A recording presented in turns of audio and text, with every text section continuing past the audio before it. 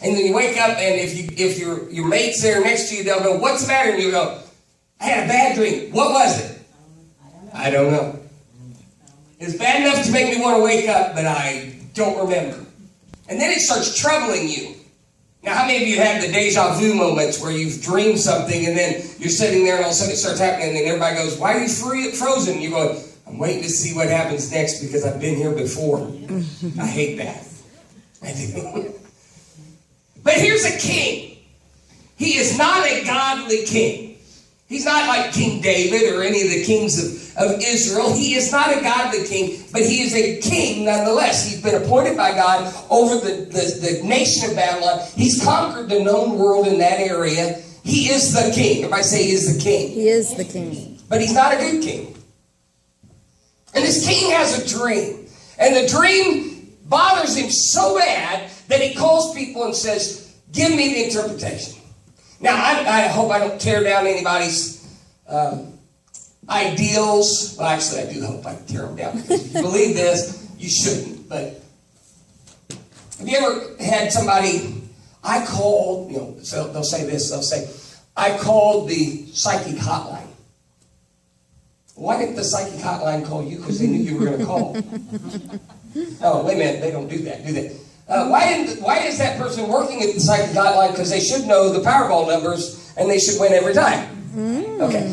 That being said, I have a friend at work named David Scott, and we call him Scotty. And Scotty talked about that he was in between jobs and he was looking for a job. If you guys want a job, this is one you can have. You can be a psychic. Because the friend of his said, "Hey, you can help me. I work in a telemarketing type situation." He goes, "What do you mean?" He goes, "I don't want to do telemarketing." He goes, "Well, it's not really, it's psychic hotline." And he goes, "Psychic hotline?" He goes, "Yeah, psychic hotline." He goes, "Well, I'm not a psychic. I've never claimed to be a psychic." He goes, "Well, here's the deal. What you do is you throw out vague statements. Wow. Like fishing. And you find that they'll start nibbling, and when they start nibbling, then you've got them hooked.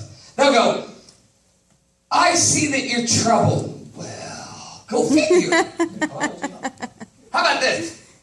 "I feel like somebody here has back pains." Are you alive? Most likely. Did you have a comfortable sleep last night? Anyway, they'll throw out these vague statements. And then you'll get the people, they're like the bass jumping into the boat, you know. They're going, "Oh yeah, you're a psychic." Really? And that's what was happening to this king. The king was legitimately troubled. He was upset. He had a dream and he didn't understand it, but it woke him up. And he called all the magicians. All these guys that say, "I'm powerful, I'm mighty, I can do all these things," and then when they actually have to do the things they say they can do. You ever had people at work like that? "I've got a degree." We got a guy at work. He's a nuclear engineer. Oh, stop it. I hope that God